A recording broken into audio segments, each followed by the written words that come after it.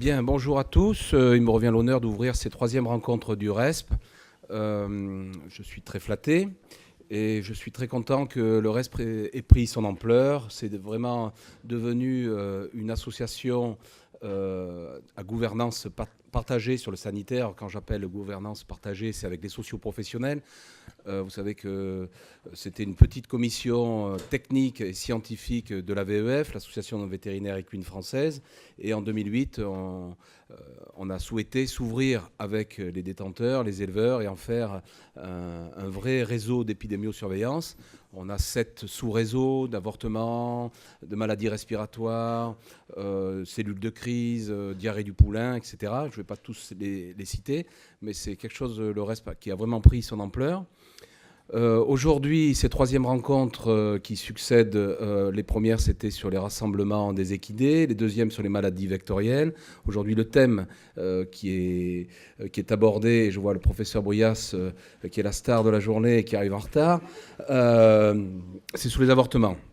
Donc vous êtes nombreux, je crois on attend à peu près une centaine de personnes, et sur ces 100 personnes, je suis très heureux de savoir qu'il y a à peu près un tiers de non-vétérinaires, des socioprofessionnels, comme j'aime les nommer, et ça c'est vraiment une bonne chose, parce que c'est quand même l'esprit du RESP, c'est pas un réseau que pour les vétérinaires, et si on veut faire du sanitaire, c'est avec l'ensemble des acteurs de la filière. Un dernier petit mot sur l'aspect financier. Pour paraphraser un de mes célèbres confrères, le sénateur Larcher, la semaine dernière, ou il y a 10 jours, lors de l'inauguration de la plateforme Hippolia, où le RESP a ses bureaux, Gérard Larcher disait « On a un vrai sujet dans la filière, c'est son financement ».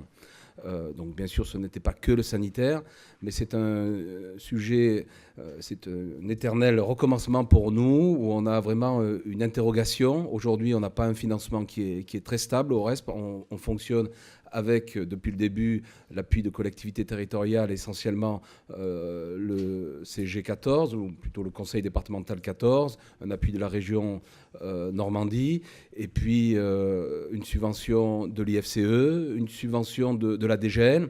Donc ça, de la DGL, c'est très très bien. Au-delà du montant financier, ça veut dire que l'État a pris conscience que le RESP participait à la structuration sanitaire de la filière, et que sans soutien financier, il n'y aurait pas un bon réseau, notamment pour les maladies qui intéressent l'État, c'est-à-dire pour les maladies dites de catégorie 1 et de catégorie 2.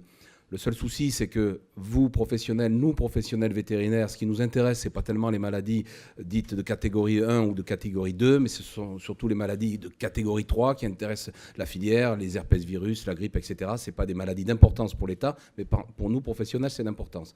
Donc en structurant notre réseau, ça permet à l'État d'avoir un réseau qui est opérationnel. On l'a vu pour le West Nile, où c'était des vétérinaires de terrain qui ont envoyé des analyses de sang au réseau, et à partir de là, on a pu mettre en évidence du West Nile. Donc on vient faire non pas les lanceurs d'alerte, mais on fait la veille épidémiologique sur le terrain, et l'État, c'est pour ça que l'État abonde un petit peu dans notre réseau.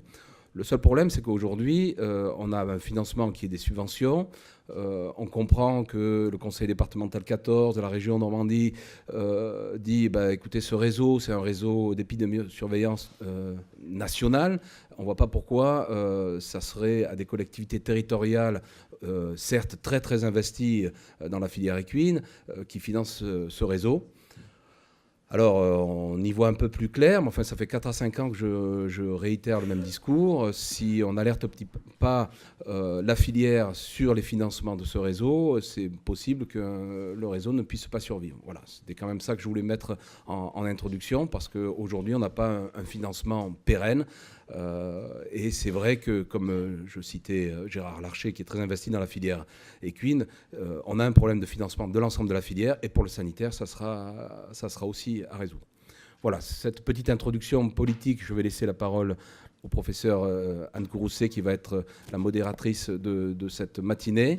Ce matin, on attaque des conférences. Je crois qu'à midi, avant la pause déjeuner, il y aura une balade en calèche sur le bord de la mer pour ceux qui le souhaiteront. Et cet après-midi, ça sera un peu plus axé sur des cas pratiques. Merci à tous.